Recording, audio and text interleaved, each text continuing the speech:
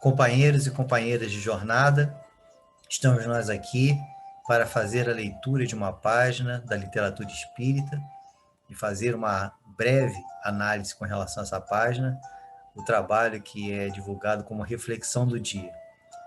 E possamos nós, nesse primeiro momento, agradecer a Jesus a oportunidade, rogar a Ele a espiritualidade que nos conduzam os passos e a mente, e, acima de tudo, Mestre amado, possamos todos nós fazer com que os ensinamentos que o Espiritismo nos traz sejam a orientação da nossa conduta no dia a dia, embasada, obviamente, na luz do Teu Evangelho, Mestre querido. Obrigado por mais essa oportunidade, abençoa-nos e sejamos dignos de Tuas bênçãos, agora e sempre. Que assim seja. Nós vamos fazer a leitura de uma página do livro Religião dos Espíritos. É psicografado por Francisco Cândido Xavier, esta obra, e ditada pelo Espírito Emmanuel.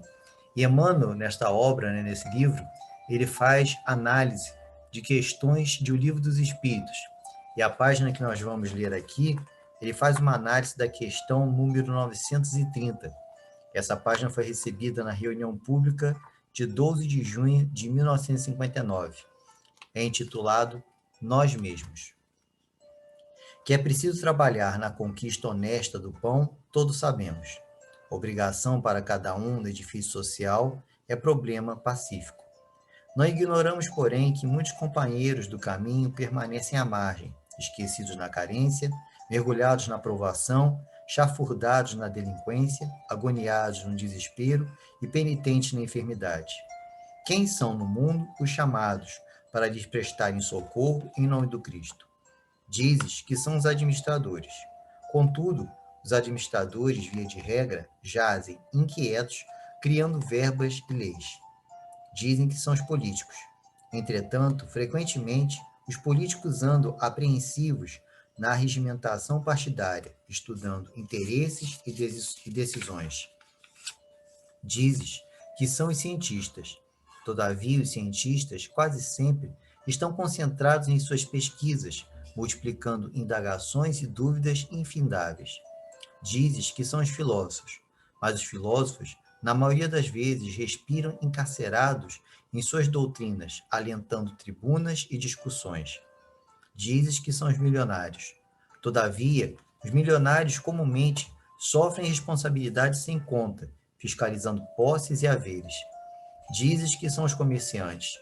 Contudo, os comerciantes muitas vezes caminham absorvidos em suas transações, conjugando assuntos de compra e venda. Tão pejados de compromissos vivem na terra os governantes e os legisladores, os matemáticos e os intelectuais, os abastados e os negociantes, que serão todos eles categorizados sempre à conta de filantropos e heróis, benfeitores e apóstolos, toda vez que forem vistos nas faixas mais simples da caridade.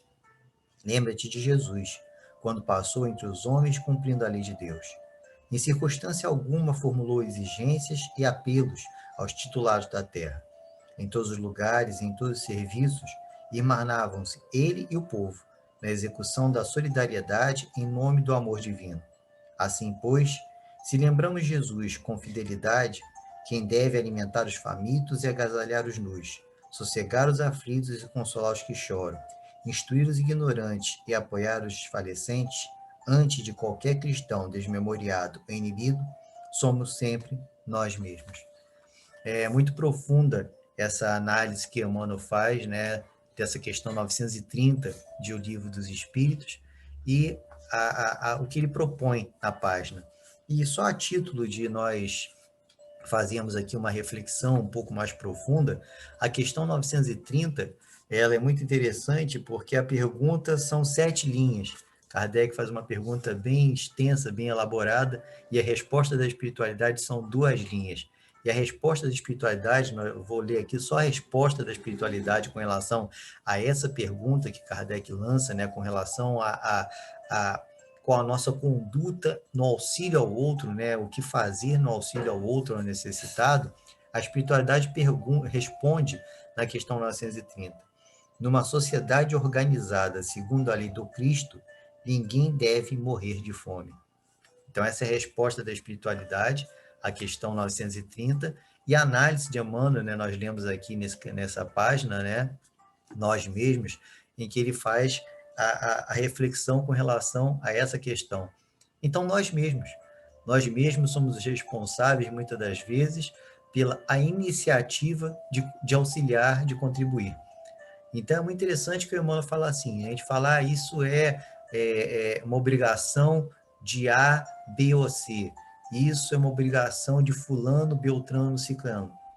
E não paramos para pensar que, independente das obrigações que, de repente, essas figuras, essas instituições tenham, o que nós podemos fazer, né? O quanto nós podemos contribuir. Se nós buscamos, como ele fala aqui, sermos cristãos, se nós buscamos nos conduzir nos ensinamentos do Cristo, e é o que é respondido pela espiritualidade aqui numa sociedade que tem como base a lei do Cristo, obviamente nós vamos nos estimular, nos empenhar, estar sempre auxiliando.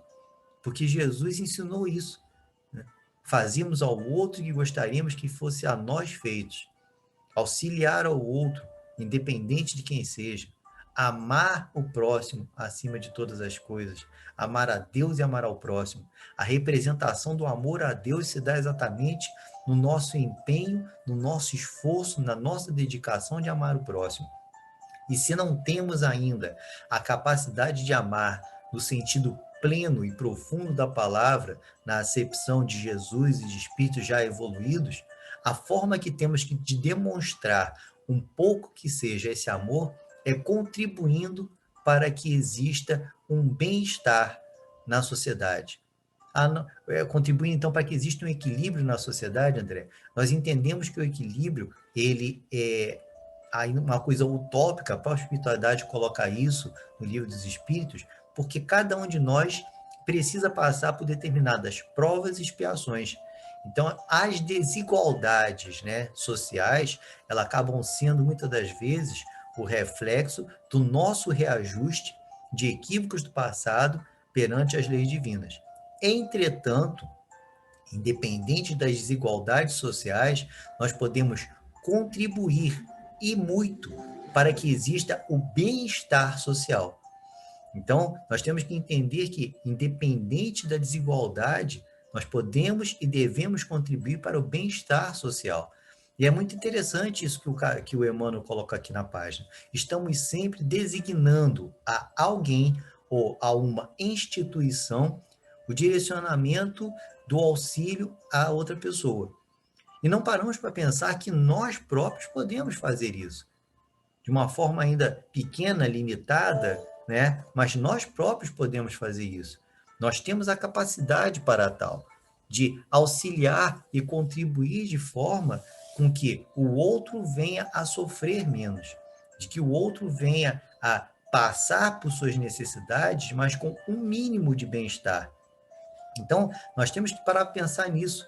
Antes de criticarmos ou prejulgarmos o outro, ou acharmos que o outro deve fazer alguma coisa, é pararmos para pensar o que nós podemos fazer, o quanto nós podemos contribuir, qual da minha parte eu posso dar. É o exemplo dado aqui, inclusive, de Jesus, ele se juntava ao povo. E se nós pararmos para pensar que os seguidores de Jesus eram, na sua grande maioria, pessoas praticamente miseráveis, mesmo esses miseráveis auxiliavam os outros na sua miséria. Então, superava às vezes as suas próprias misérias para, aprendendo com Jesus a auxiliar o outro, encontrar um bem-estar pessoal e perceber a alegria que é de trazer o bem-estar ao outro.